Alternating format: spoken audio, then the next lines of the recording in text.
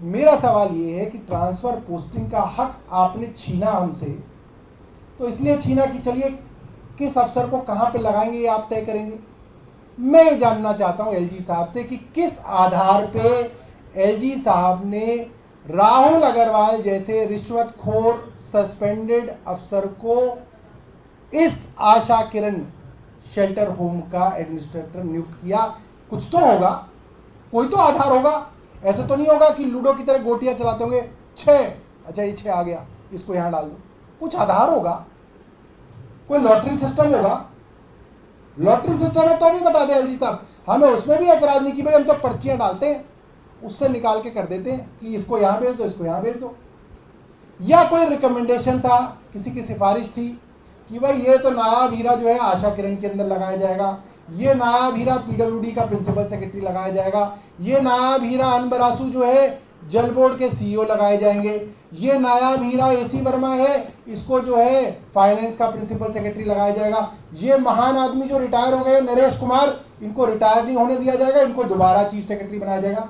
कोई तो मापदंड होगा, कोई तो तरीका होगा। एलजी साहब ये बताएं कि किस मापदंड के हिसाब से एलजी साहब ने इसको एडमिनिस्ट्रेटर लगाया। सवाल नंबर 1।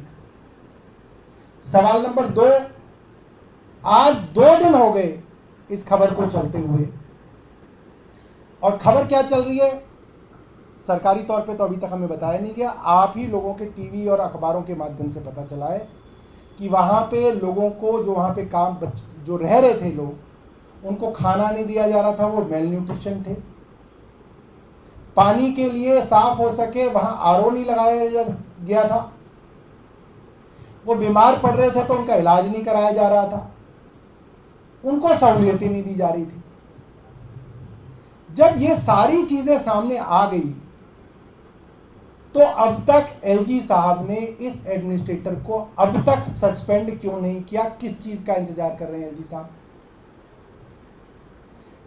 सोशल वेलफेयर विभाग के सचिव विनोद तावले, उनको अब तक सस्पेंड क्यों नहीं किया गया?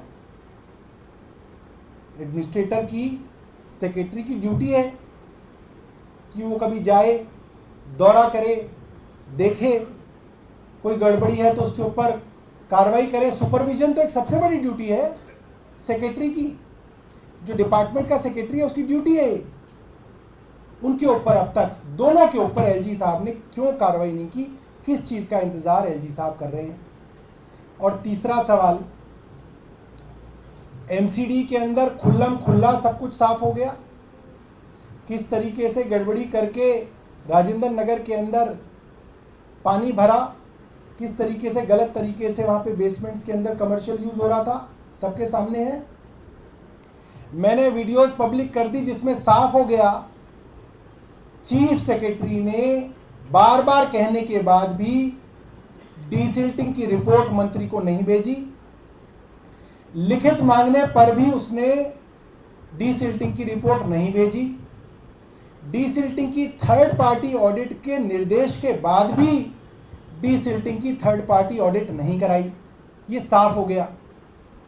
इससे ज्यादा क्या हो सकता है? कागज मैंने दे दिए, यूओ नोट मैंने दे दिए, डायरेक्शन मैंने दे दी, वीडियो मैंने दिखा दी। अब तक एलजी साहब ने मुख्य सचिव पे कार्रवाई क्यों नहीं की? किस चीज का इंतजार कर रहे हैं एलजी साहब? कार्रवाई तो करनी चाहिए। एमसीडी में अभी तक क्यों कार्रवाई नहीं करी? कमिश्नर नहीं तो डीसी को ही सस्पेंड करो, कुछ तो करो। डीडीए के नाले के अंदर एक मां बेटिया मर गए क्योंकि डीडीए के नाले पे स्लैब नहीं था। अब तक डीडीए में क्यों कार्रवाई नहीं की एलजी साहब ने? वो तो सीधा उनके अधीन आता है। किस चीज का इंतजार कर रहे हैं?